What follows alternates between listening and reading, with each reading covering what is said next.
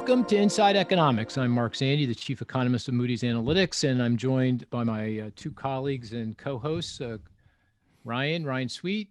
He's the director of real-time economics, and Chris Dorides, the deputy chief economist. Guys, I was just in Washington today. It was pretty quiet, surprisingly quiet. You know, walking the streets, it doesn't feel like it's normal. So I don't know. New York feels a lot more like it's back. DC's got a ways to go. What's a holiday weekend? People probably bailed. Isn't Columbus Day on Monday? My kids are off school on Monday. I didn't know that. Yeah. Okay, maybe people took the afternoon off. Is that it's a federal government holiday. Yeah, there you go. Oh, yeah. It's Columbus Day, Monday, not today. Oh, Monday. Oh, so you think people are taking a four-day week? It's the start of a long weekend, yeah. Oh, well, there you go. Well, I was there yesterday in DC, and it was quiet as well. I had the same reaction. So, okay, they're good. So I think there's something to it. Yeah, and that voice you heard, listener, is Betsy Stevenson. Betsy, welcome. Glad to have you.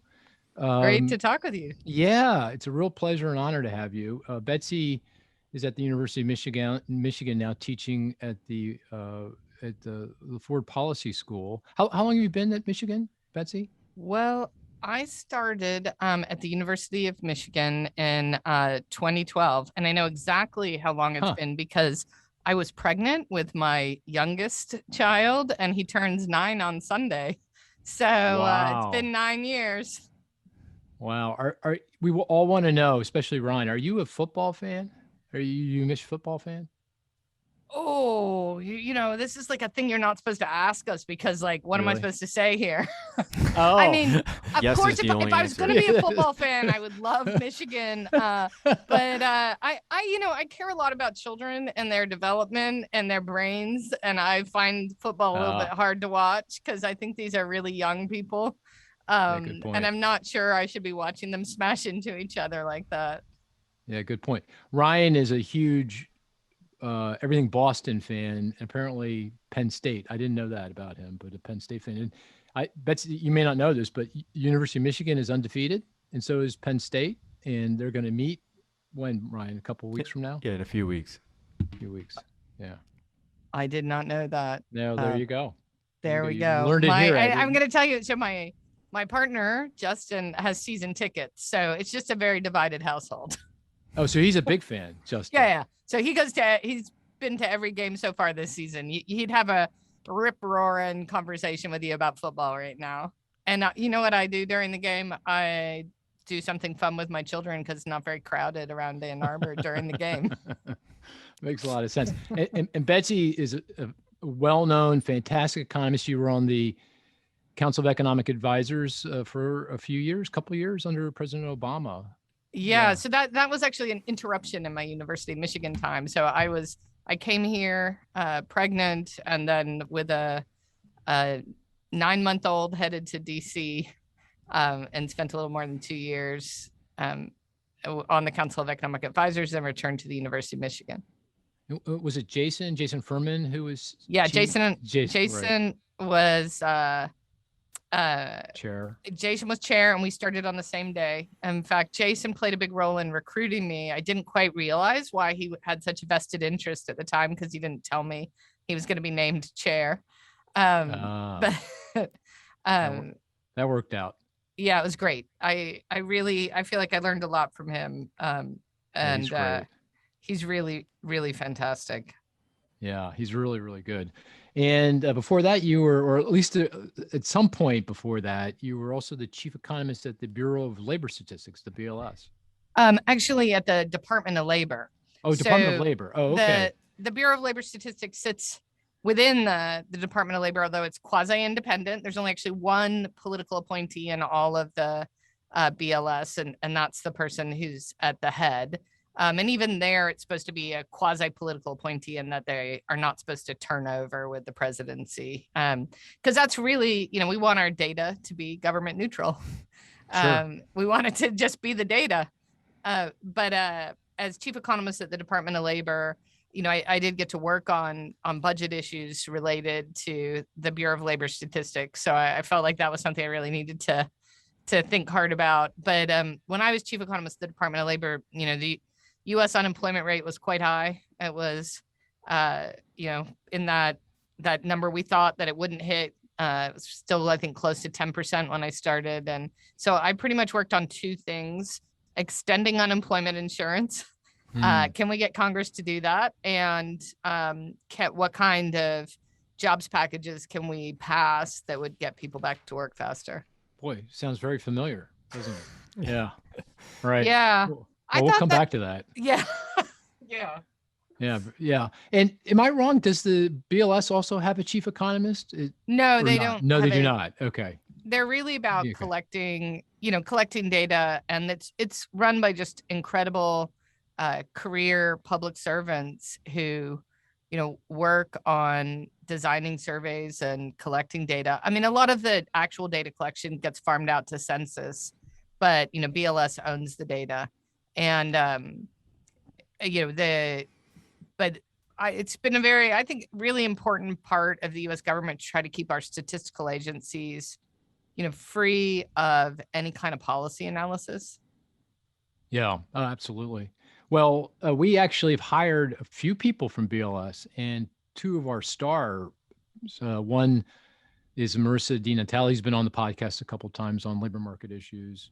She was BLS, and Dante, right? Dante D'Antonio, another star. I mean, they're fantastic because well-grounded, very balanced, strong empirical economic, in addition to theory. So, fantastic employees. So we're economists to have. So yeah, agreed.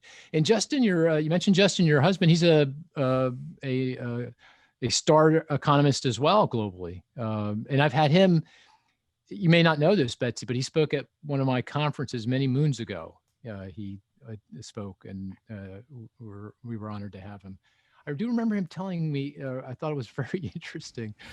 We were at dinner, and he goes, because I think he, like you, before the podcast listener, Betsy said, I don't do forecasts, or I try not to do forecasts. And I think Justin has that same perspective. And he said, how can you do these forecasts? I mean, aren't they doing nothing but stories? So I go, I had never thought about it that way. I go, yeah, I guess, yeah, there's got to be a story behind it for sure. So I thought that was very funny. He was great. But you guys he's your partner. You guys, because you have this on I was looking at your Wikipedia. You actually say your partners for tax reasons. I thought that was interesting. Okay. And in the interview, Justin has said that before. And I mean, it's true that the way we tax families means that it's tax efficient to not be married. And, it's funny because, one of the things the IRS said when the Supreme Court case came down and said, gay marriage is legal, people were like, oh, are you going to convert all of these partnerships to marriages? And they were like, no, that could have like really negative tax implications for people. And we're not in the business of, forcing that on anybody. They got to come and reveal themselves as this is their choice.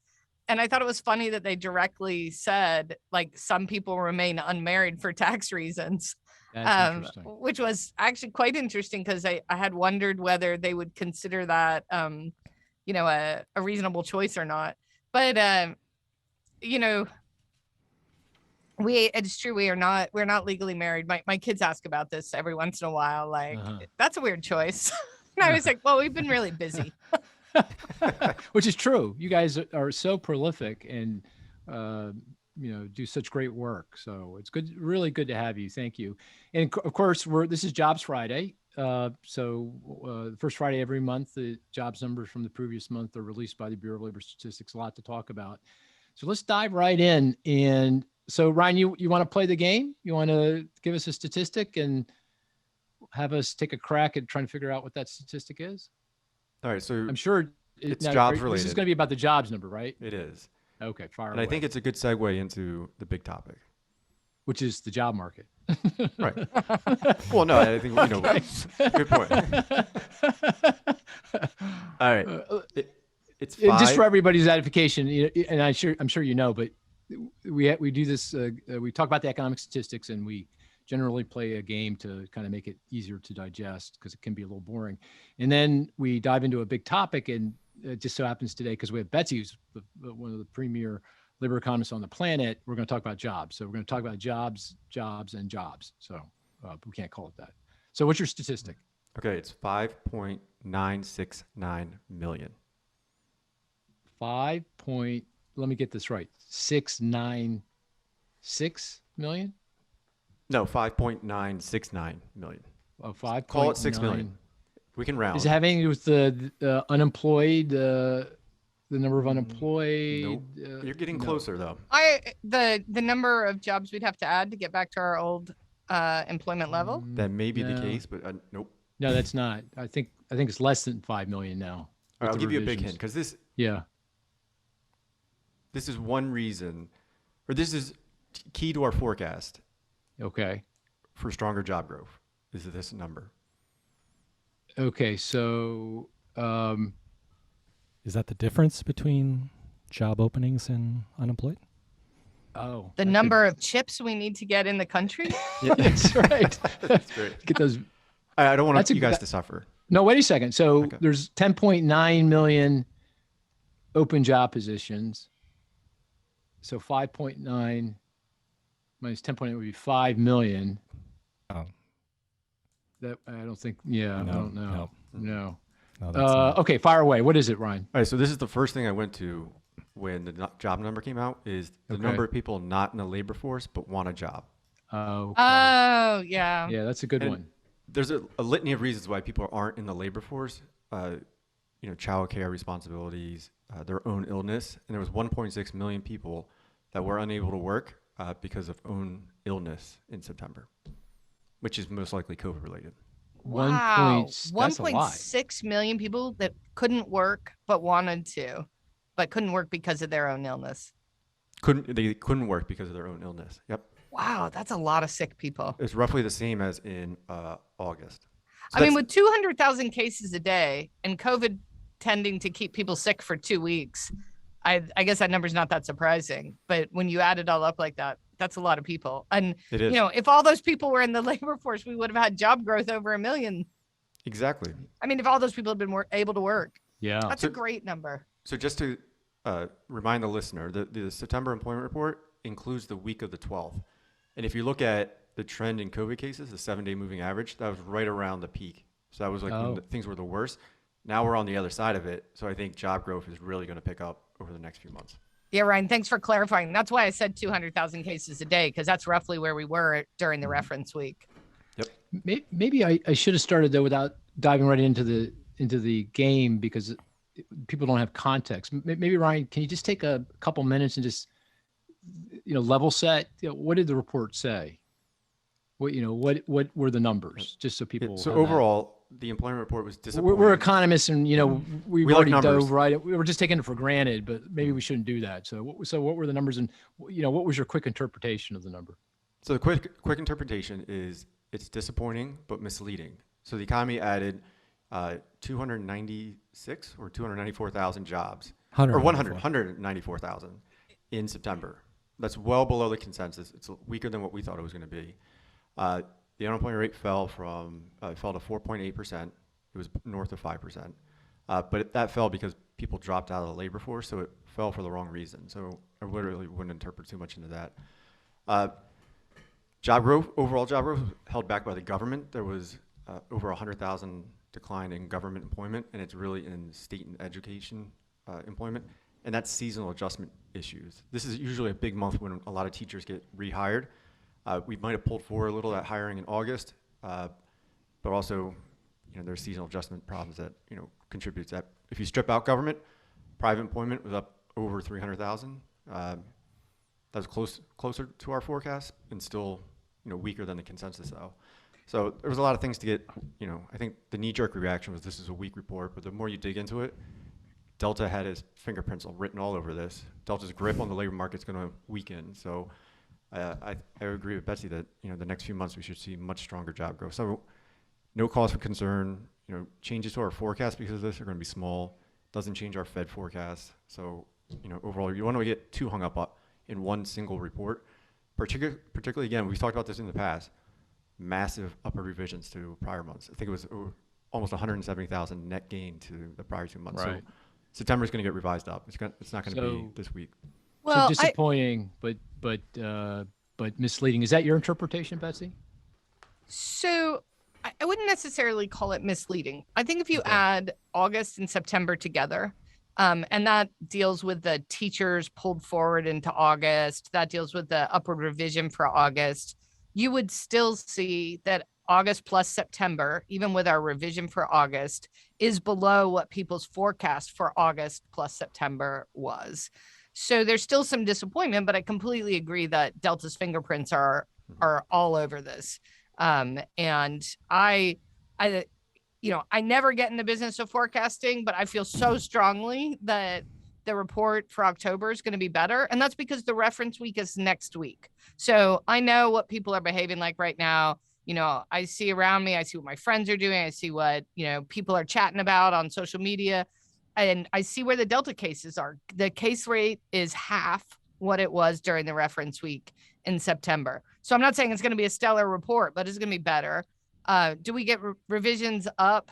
I mean, there does seem to be this thing with the BLS, which is when we're in a recovery period, they always tend to underestimate on first release. So, if you wanted to bet the revisions, it should be, if it was done, if we got this thing right, you should be able to count on 0 as being the revision number.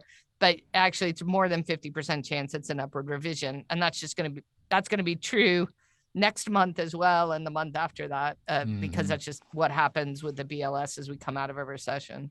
And we've seen a surge in business formations. The EIN numbers, the taxpayer identification numbers for new companies has just gone skyward. So that's a good sign. And it's tough for the BLS to pick that up after we'll have to wait for the benchmark revisions, when they come out to really see the impact of that. So I agree with you. But to add on to Betsy's comment about, sorry, go ahead. If next week's the reference period, and if you look at Google mobility at workplaces, it's has steadily risen since the September payroll reference period. So there's signs that people are going back to work, case counts are lower, box office sales are rising, people are going through TSA checkpoints more. So a lot of the high frequency data that we look at a daily and weekly basis are all improving. So October is definitely going to be better. Actually, that goes to my statistic, but I'll come back to that, which I'm sure you're going to get right away. We already know what it is. This is my go-to statistic. Okay. Hey, Chris, did you heard Ryan and you heard Betsy? Yep. What do you think? What's your interpretation of the report? So I certainly agree with the assessment regarding weakness in September. October is going to be much stronger, so no dispute there. And I chose the statistic that falls right in line with the discussion here. So I'll throw it out. It's 74. Far away. 74%. That the female? That can't be the female labor force participation rate. That's not the employment so to close. population. Almost. Just a little twist on your. Oh. Nope. Ryan's on it. He's got a little twist on the demographic. What did he say? Male. Nope. No, it's female. Female.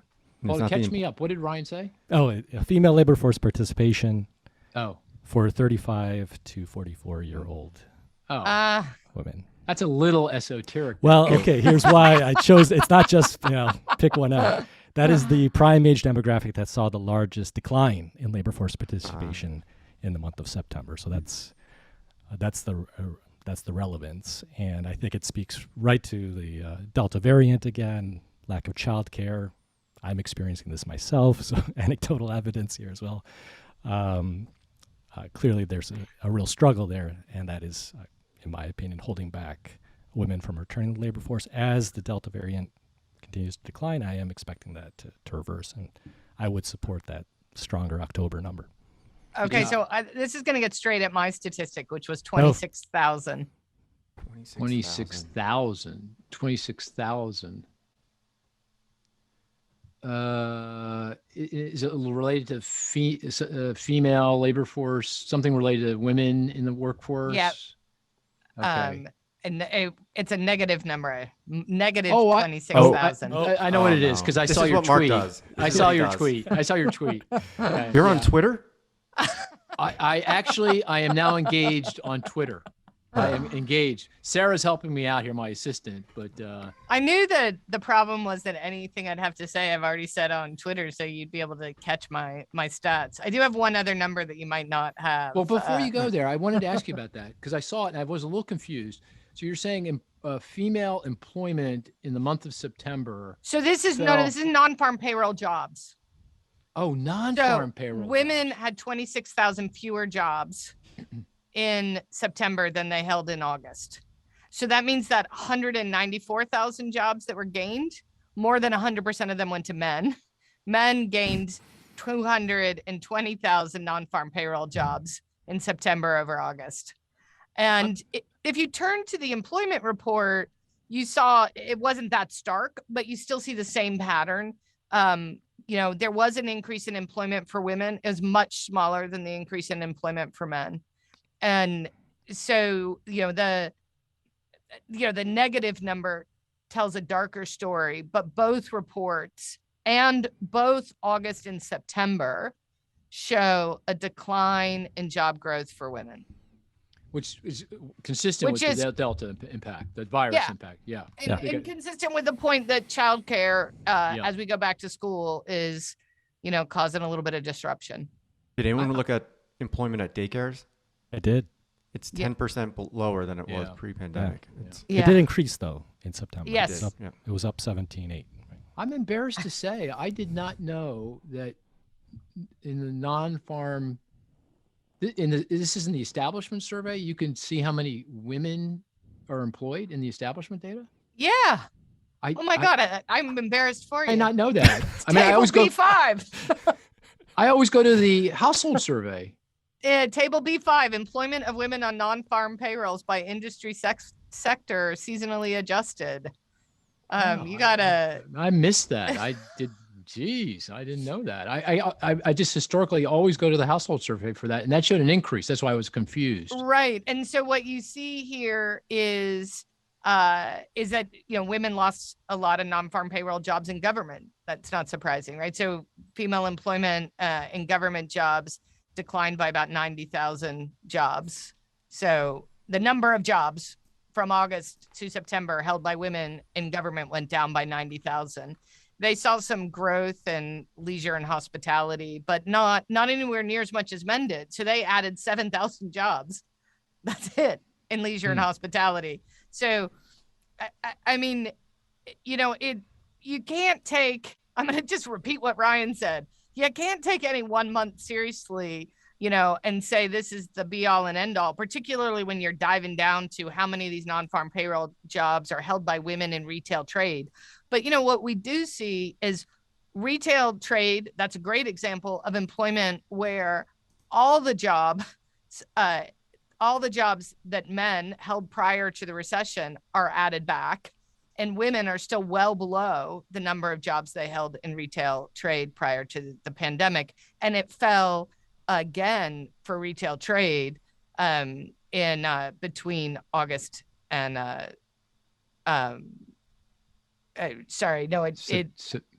it didn't fall. I was about to say it fell in between August and September in retail trade, and it didn't. But you're still seeing numbers that have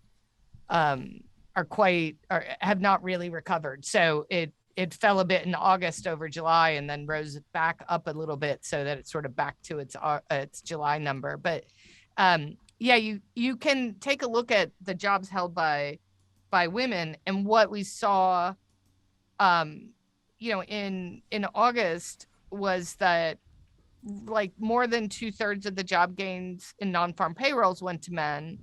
And then we see more than 100% in September. So those start to paint a picture. And then you turn to the household survey and you see, well, women are getting employment gains in the household survey. So it looks a little bit better, but they're not getting gains anywhere near as much as men. So we're still seeing a picture where the Delta variant slowed women down more than men. That seems to be pretty clear across, 4 different surveys, meaning 2 different surveys, 2 different months. Yeah, it makes sense. The industries that got creamed were leisure, hospitality, retail, healthcare. These are dominated by women. Right, and we said healthcare jobs declined in September. Yeah, big decline. Yeah, very large decline. So- a little so surprising. Yeah, I was More going to tell confused you a by that. story from 2010, which was, I remember briefing the labor secretary on the data before it got released. And she said, "Oh, thank God for health services. That's a recession-proof industry. Those jobs never go down." I said, "Do not say that. No such thing as a recession-proof industry."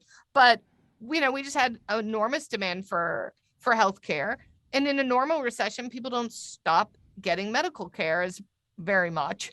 In this recession, I think people they find medical care when there's a raging pandemic a little scary, and people do put it off.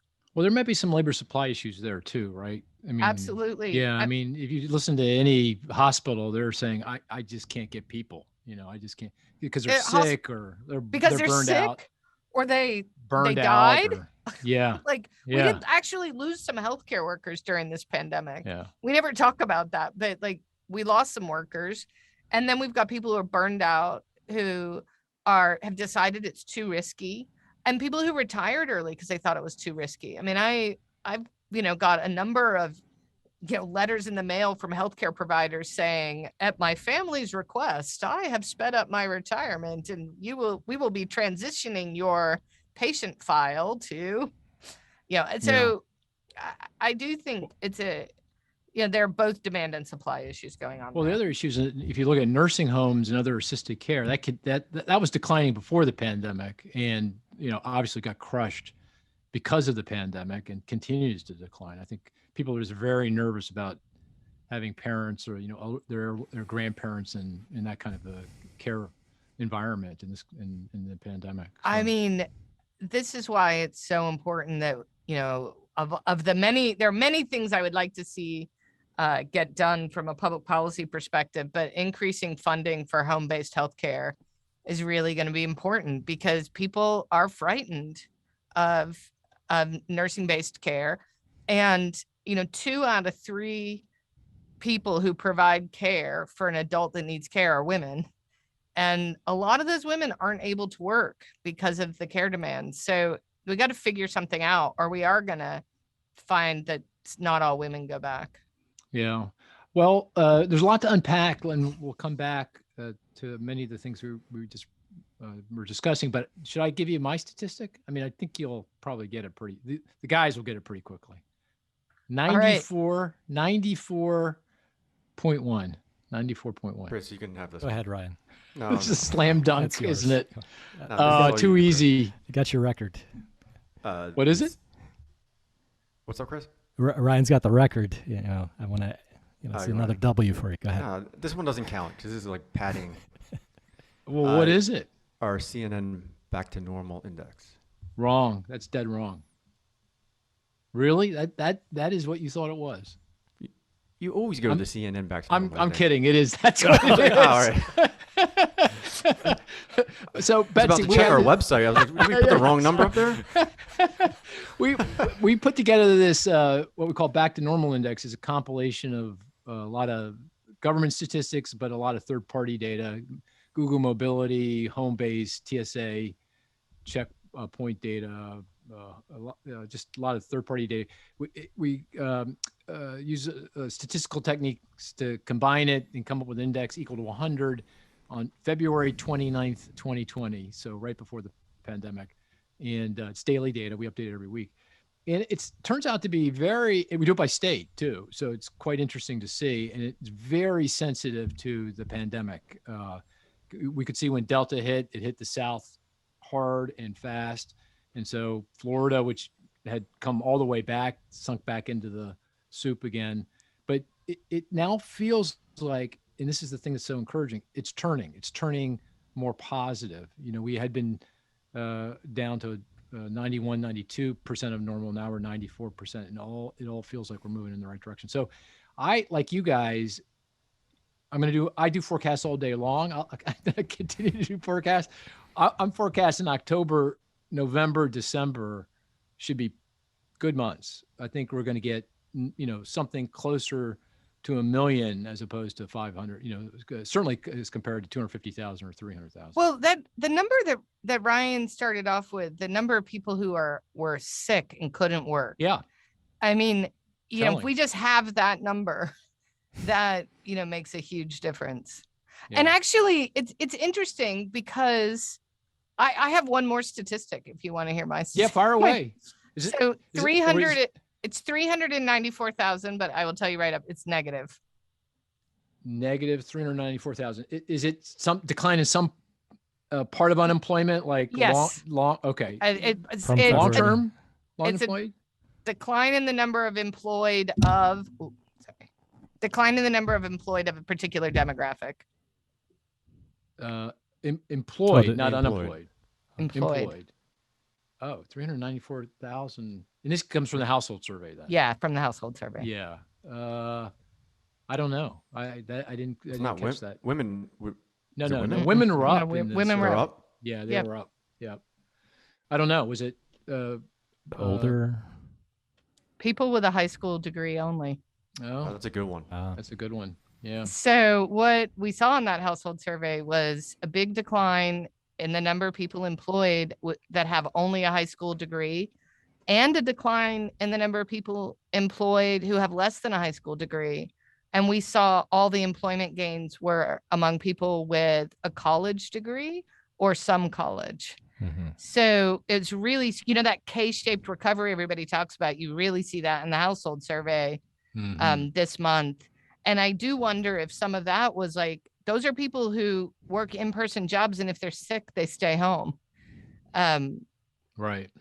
So that, and yeah, but it's really stark. And it's actually, if that also is reflected in the establishment survey, then it makes you think hard about what those wage gains are really reflecting. Because if all the job gains went to college graduates, then of course those are going to be higher wage jobs. Oh, you mean the mix effects, the impact on the average hourly earnings? Yeah, exactly. Been very strong. Yeah. Hey, before I do have a series of questions I want to ask the group and Betsy in particular, but Ryan, going back to that statistic that Betsy mentioned, the 1.6 million sick, give us some context. Was that up from where it was a few months ago, or? Yeah, up from a few months ago, but almost identical to what it was in August. Yeah. Okay. But it must've been a lot higher 18 months or 12, 18 months ago. I don't know the exact number off the top of my head, but it's higher. So, and do you think it was lower before Delta hit? Yeah, actually, if you graph it, along with daily confirmed cases, like or a monthly average, they track pretty closely. Yeah. They're not identical, but they're close. All right. Very curious about. Ooh, that sounds like a very nice graph. I'd love to see that graph. Yeah, we should take a look at that. I love my charts. Yeah. Hey, let's unpack some of this. So, one of the riddles that we've been part of the popular discussion and debate around the labor market is you've got 10.9 million of open positions, record number of open job positions by orders of magnitude. I can't remember, but if you go back pre-pandemic, labor market was pretty tight, and I think it was 6.5 million, maybe 7 million. That was the peak. That was all-time high at that point. So that's a lot of open positions. Yet we have still 4.8% unemployment, which is full unemployment. We've got a lot of folks that stepped out of the workforce, not even counted as unemployed. That was Ryan's statistic early on. So, I'm guessing that there's lots of reasons for this, Betsy, but what would you put at the top of the list, or what 2 or 3 reasons would you put? I assume one is just people getting sick. Would that be one, or what else is going on here? Well, yes, there are people who are sick. There are people who are fearful, and I think that's the thing that gets missed is all those openings reduce the opportunity cost of not working. Because if in a normal economy, or even in a weak economy, like coming out of the 2008 recession, if I turn down a job offer, I don't know when I'm going to get another one. And so that means that the opportunity cost of turning that job offer down is quite high. And that reduces the bargaining power of workers it also pushes people into jobs right away. They think, I better take that.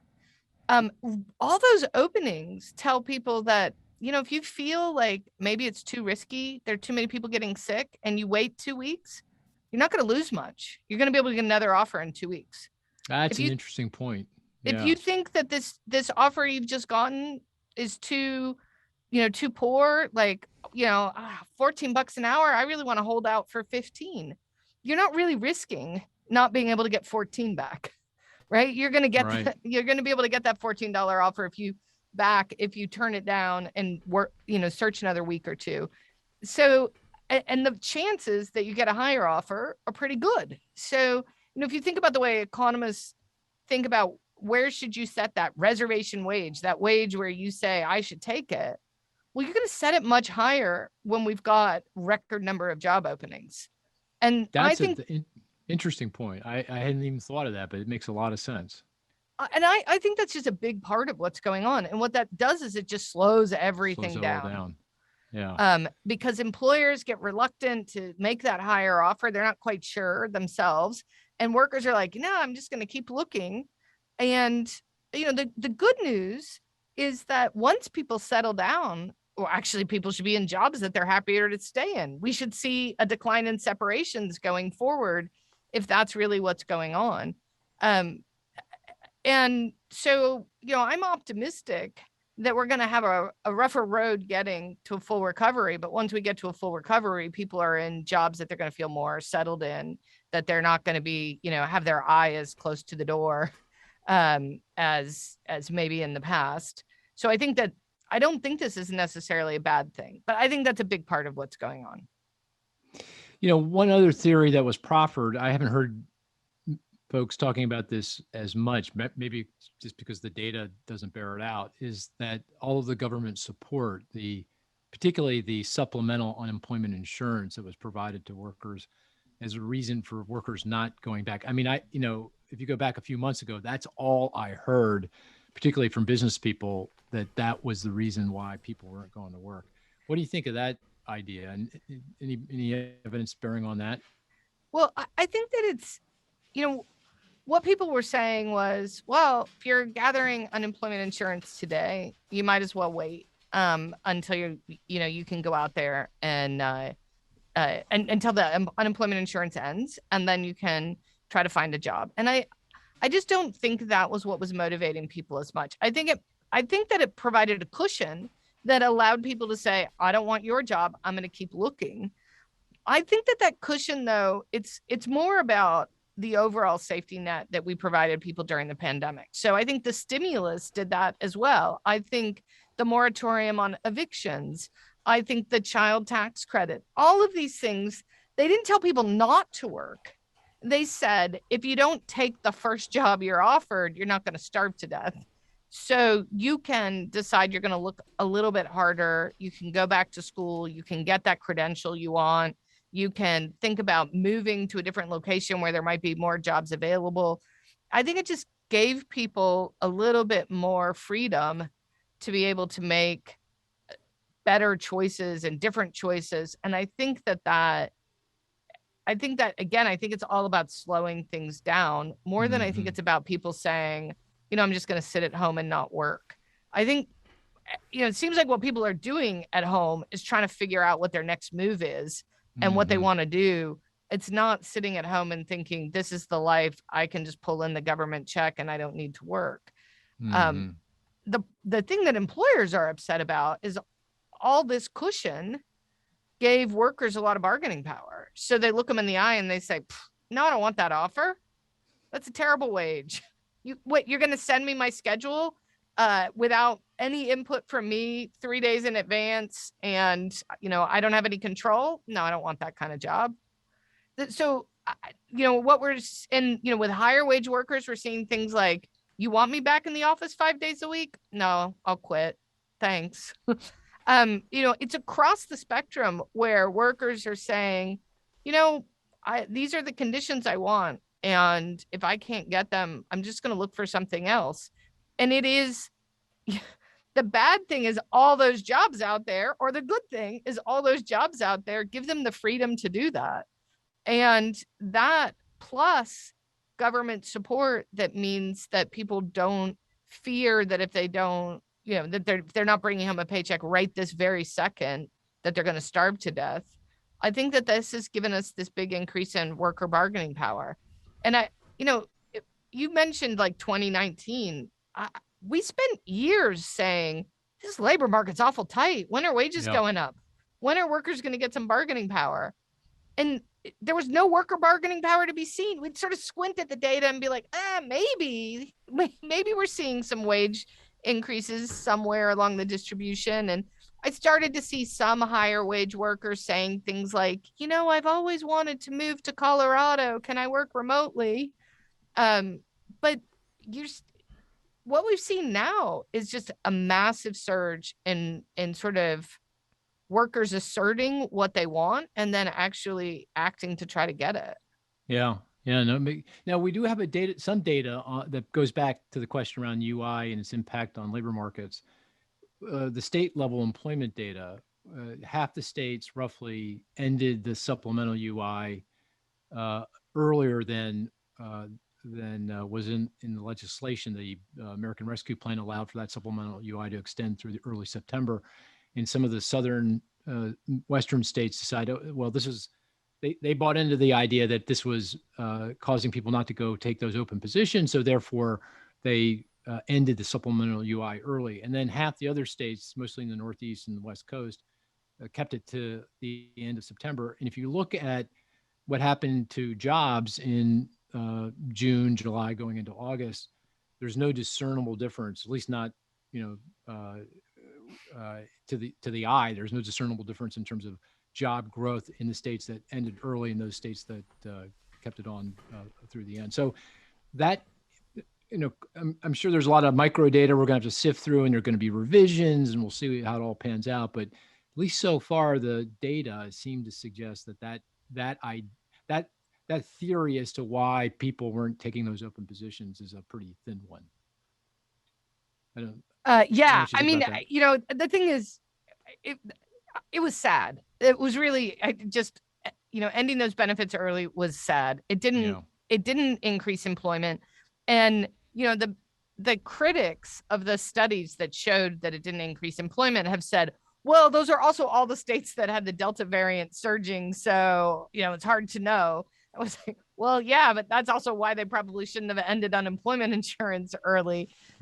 So, the thing that I think was clear early on and those studies showed is even if there were some people who would have gone back to work earlier if we hadn't had such generous unemployment insurance benefits, this was such a small fraction of the unemployed that most of the good effects would be undone by the decrease in money in the pockets of households without jobs, right? So on the one hand, you incent people back into the labor force. On the other hand, you curtail spending because there's all these houses that lose this income.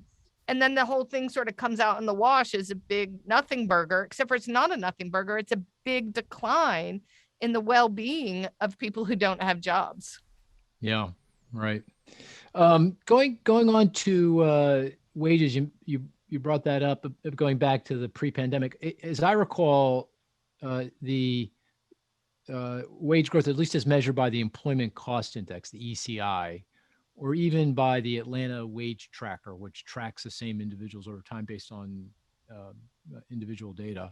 So it gets around these mix issues that we know are make the average hourly earnings data, the wage data from the monthly, the employment report, problematic because of the mix effects.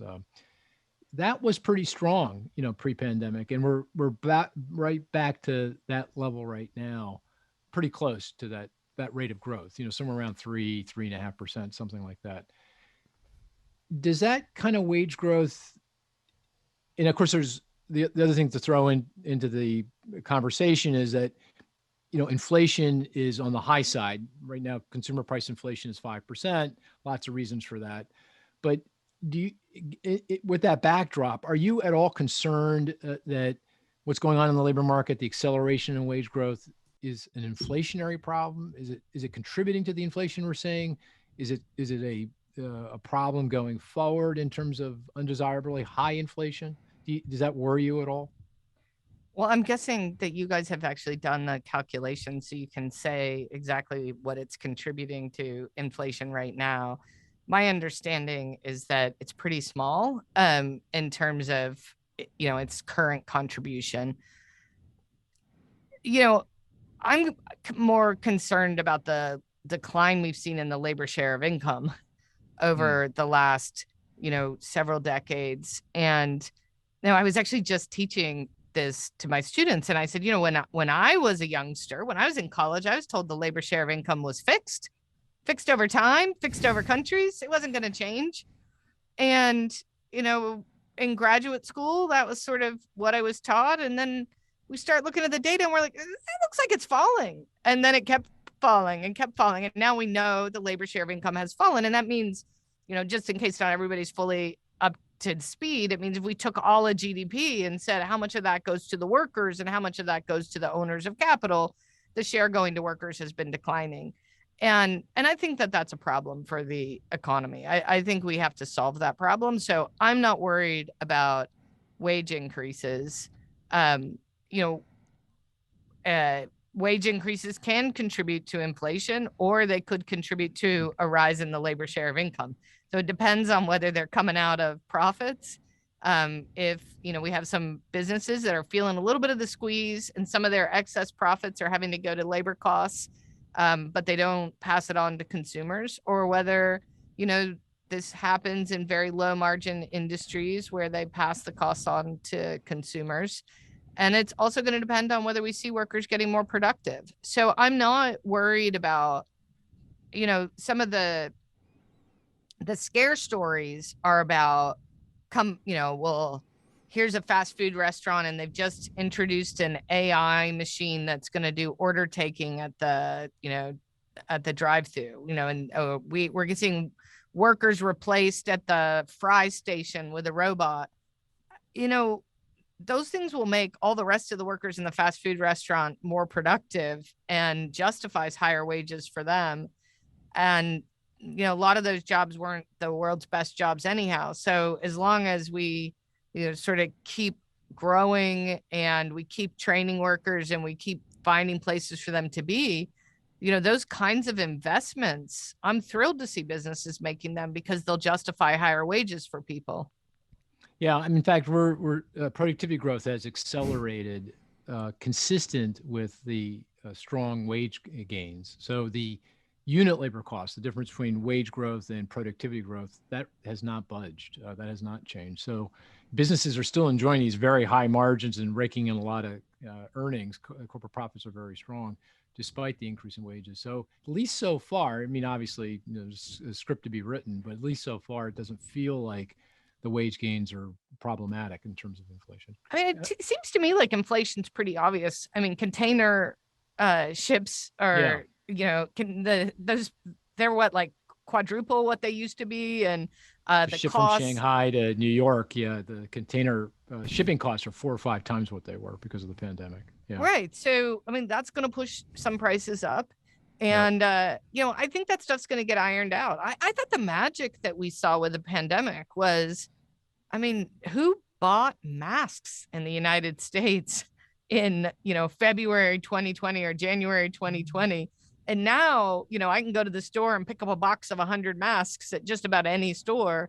We're really responsive to changes in demand. Yeah. So, people want masks and hand sanitizer now, and we make masks and hand sanitizer, or we import masks and hand sanitizer, but we've figured out how to get it to people. And, I actually just bought a box of masks, and I like the, the N95s because I think they do, a better job. Oh, they're hard to wear though, aren't they? I like them because they create that space in your mouth where they're not right on it. They create the bubble. Right. I have an unvaxxed 9-year-old, so I'm pretty paranoid. But I bought a big box of those from Costco when they first came out in January, I think, and I paid $99 for it. And I just rebought that box, same box, same manufacturer, same import for $59.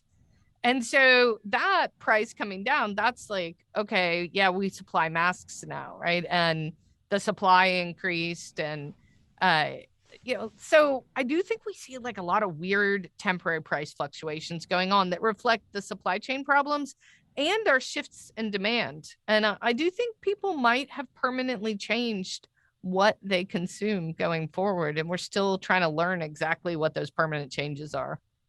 All right. Hey, there's a couple more topics I want to hit on, but before I do, let me just turn to Ryan and Chris. Is there anything that Betsy said that you take umbrage with, that you disagree with, or want to push back on? It all seems perfectly logical. Very consistent with what we've been saying. Yeah. So I like the productivity story. Right, I'm a big fan of that, and the better matching certainly should contribute to productivity growth along with investment. So I think that all makes sense in terms of wage gains not necessarily being inflationary. So yeah, no objections on my end. Ryan, I don't know. No, I agree with everything. Everything fits into my forecast for inflation coming back down. So, well, Betsy, but only were so easy, right? I mean, look, everyone's on board with you. Mm-hmm. Well, that's good. Okay, let me turn to another topic quickly, because I know we are taking a lot of your time, and that is remote work. This feels like it feels like we're going to get out of this pandemic relatively quick. I mean, the economy is going to recover from this pandemic relatively quickly, at least compared to previous recession. So, if everything kind of sticks to script, and I know you don't like the forecast, but if everything sticks to my script, we'll be back to full employment. We'll be back to like a mid 3% unemployment rate, another 12, 18 months from now. So full circle, round trip, it'll be like a 3-year kind of period, early 2020 through early 2023. And that's pretty consistent with the Fed's forecast and the CBO's forecast, and everybody who does forecasting, that's kind of sort of where they're landing. And that's about half the length of time it's taken on average in other business cycles since World War II. Obviously, the one after the financial crisis, that took us 9 years or 10 years to get it all back. So we're going to get back pretty quickly, but there is going to be some long-term consequences of the pandemic. And the one that I think might be, at least from my perspective, a real game changer in lots of different ways is remote work. But I'm really curious, how you're thinking about that, whether you think it's here to stay, and how that's going to evolve, and what the implications might be. So what do you think of that? Is remote work here to stay? Remote work is here to stay. Yeah. I mean, that is certain. People really want it. That's a forecast, by the way, Betsy. Yeah. That is a forecast, and that was a forecast with no uncertainty. That was like no interval there. Yeah, but that's because zero remote work is a ridiculous number. I'm not going to tell you that it's going to be 36% remote work or 52% remote work, but I'm going to tell you Ryan will, though. Ryan will tell you that. In fact, I'm going to ask him that in a second. So go ahead. What you see is people want it, and even most employers think the idea of expecting people to come into the office 5 days a week is just not really going to work. I think what we've learned is that there are definitely some benefits to FaceTime. So people want to see people in the office, but there's also some productivity gains that come from people having some quiet time at home and avoiding the commute. I've been championing workplace flexibility and the ability to do remote work for a long time. And the argument always was, every employer who tried it out found that, people, they save a lot of time not commuting, and they give some of that time back to their boss, to their job. If they would have spent an hour commuting, maybe they spend an extra 40 minutes on themselves, but they spend an extra 20 minutes working. And that's where you can easily get productivity gains, because you don't think of them as hours worked. You think of them as a job. So, but now, speaking of productivity gains, remote meetings, being able to do things without getting on an airplane, I mean, that's huge. And I think companies are really going to have to think a lot harder about what requires a face-to-face meeting, because, even right now we're recording, And even if I'd gone across town to a different studio, that would have meant that this would have taken an extra hour of my time. And that would mean I would do fewer things like this. I have a principles of economics textbook, and I really like to be able to connect with instructors who are either using my book or interested in using it, and just, see how things are going with them.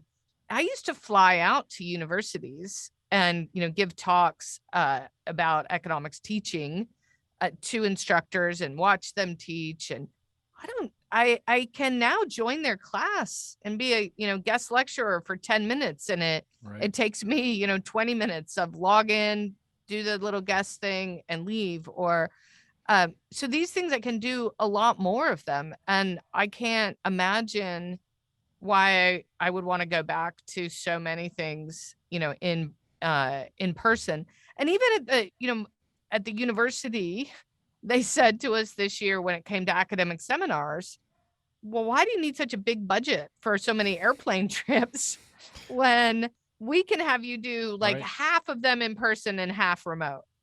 And some people who would never come in person are happy to come remote. So it actually ends up being a win-win. You get a greater diversity of academic speakers coming through, and the university doesn't spend as much. Yeah. At least on that. Yeah, I totally agree. Totally agree.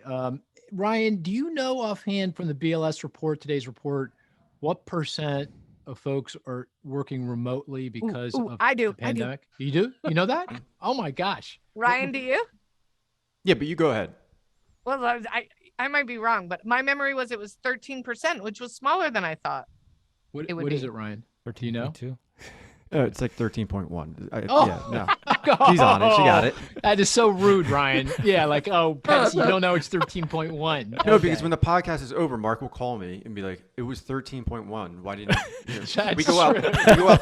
We go multiple decimal points here.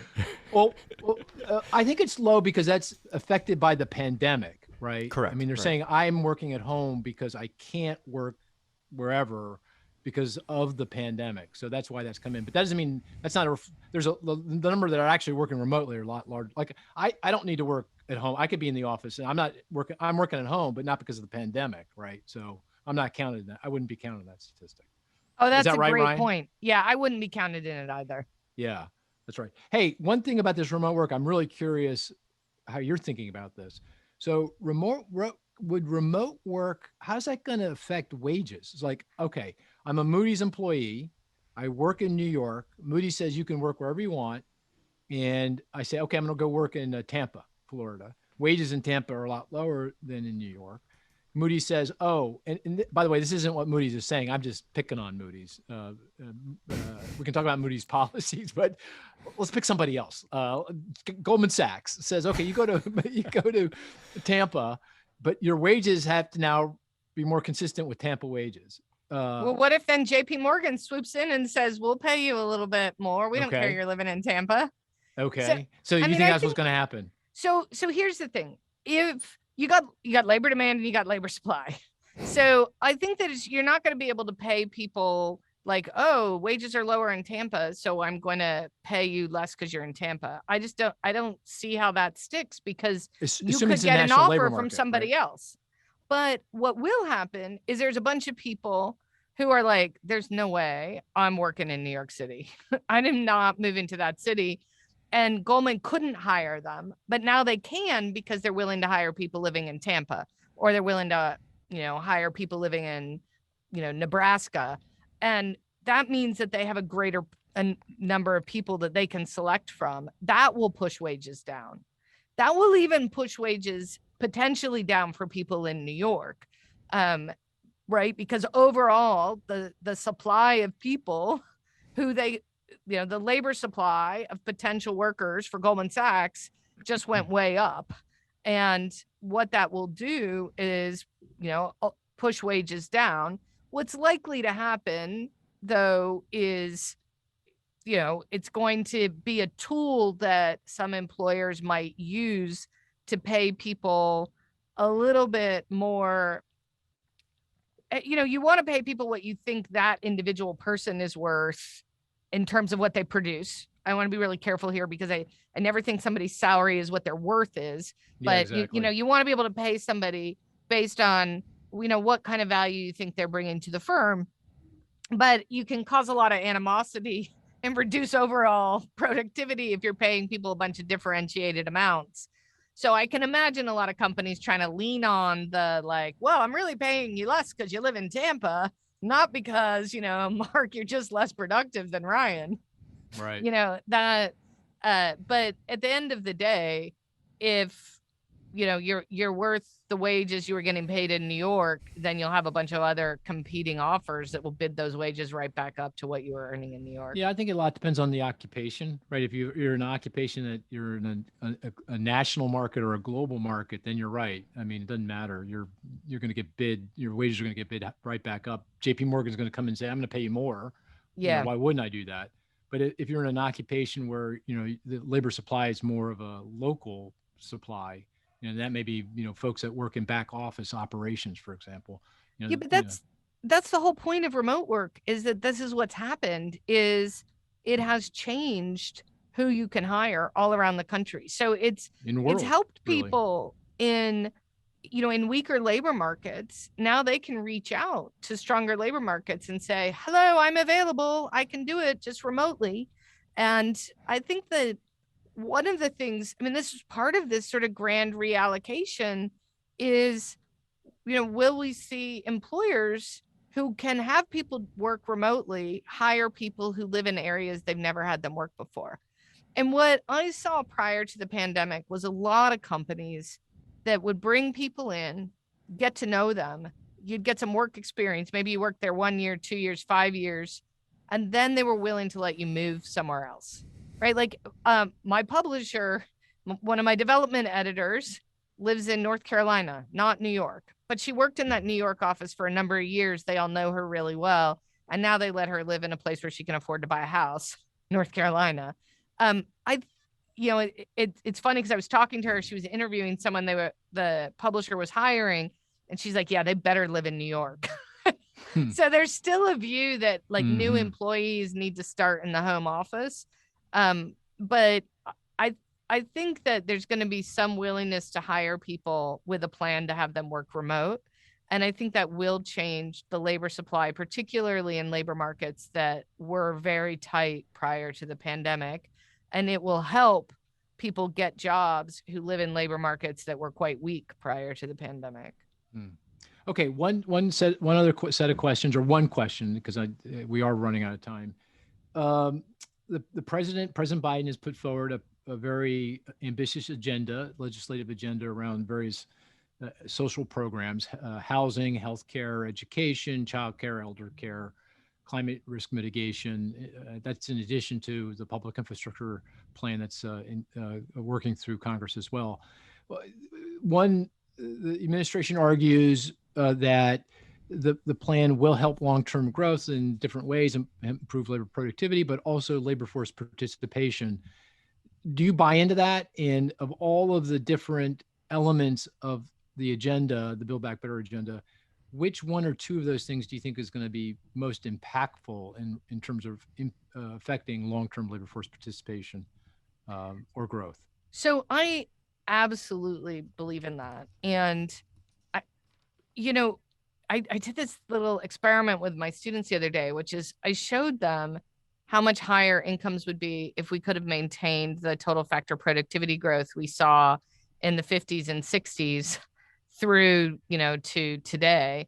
And I think they were shocked because they think that everything's driven by changes in inequality.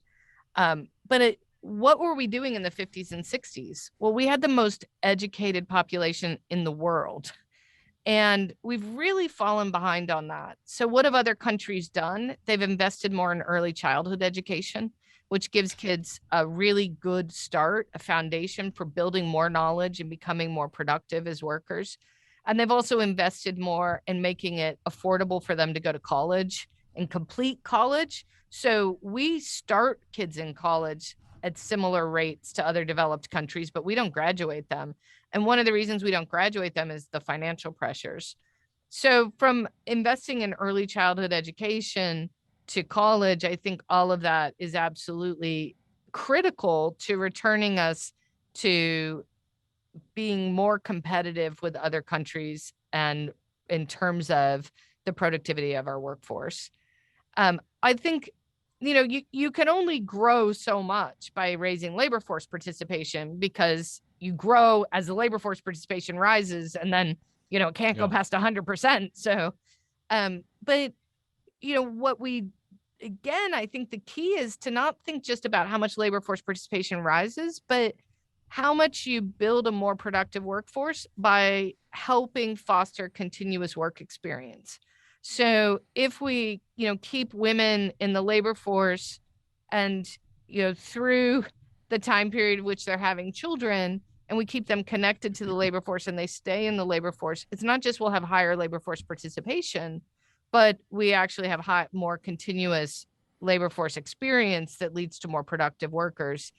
And, another big problem we have is male labor force participation. And there, I think, it really is things like the early childhood education and investing in college that are part of the key drivers there. So I think there's a lot in this package that is about, boosting, our long-term productivity. Asking me to choose is kind of tough, because the problem is, and I think this is how the president and the administration sees it, is what would it mean to try to invest in more productive workers today who are, say, 2 or 3 or 4 years old, when by the time they're old enough to reap the returns on that productivity, we've had enormous destruction due to climate change. So why, we pick investing in children, but we don't give them a planet in which they can be productive in 30 or 40 years. So you can't pick children over climate, but if you pick climate, well, we're not investing in the people that can be productive in the planet that we're saving. And one of the things that I think the United States has been doing to its detriment over the last, I don't want to say 20 or 30 years, maybe even longer, is we've been consuming the investments in infrastructure that previous generations made. And consuming it means that there's less there. And we need to be adding to that infrastructure investment so that, we have the modern, internet, we have the modern roads, we have modern bridges. We can't put self-driving cars on the roads because we don't have roads that could have self-driving cars on them right now. So how can we take advantage of technology that's developing, like self-driving cars, if we're not investing in the infrastructure? So I think it's really about how do we build a country that can be more successful economically, as well as fairer, but more successful economically in the long run, in 30 or 40 or 50 years. And the thing that really worries me is Congress keeps making decisions based on these narrow 10-year budget windows. And what those 10-year budget windows have done is led us to make decisions that are bad for our children's future and are really focused on, a very short-sighted near term. Yeah. And the president's trying to break out of that, right? Because he's saying, hey, look, if you look out 15 years, I pay for all this stuff. Yes. So he's trying desperately to do that, which is exactly right. Well, thank you so much. I do want to let everyone know that your podcast with Justin, Think Like an Economist, is just fabulous. It's fantastic. Really enjoy it. You guys, listeners, they put us to shame. I mean, if you go up on YouTube, you'll see this. I thought I had the high-tech microphone. She's like blown us away with her room there and in the microphones. But you guys have a great podcast, and I want to thank you for coming on. I want to advertise though that I have really engaged on Twitter, and now I'm Mark Zandi, on Twitter. So I'm doing this. I'm engaged. So please feel free to follow and. Go to economy.com, Inside Economics. Tell us what you want us to chat about, and we'll certainly work on that for you. So with that, we're going to call it a podcast. Take care now.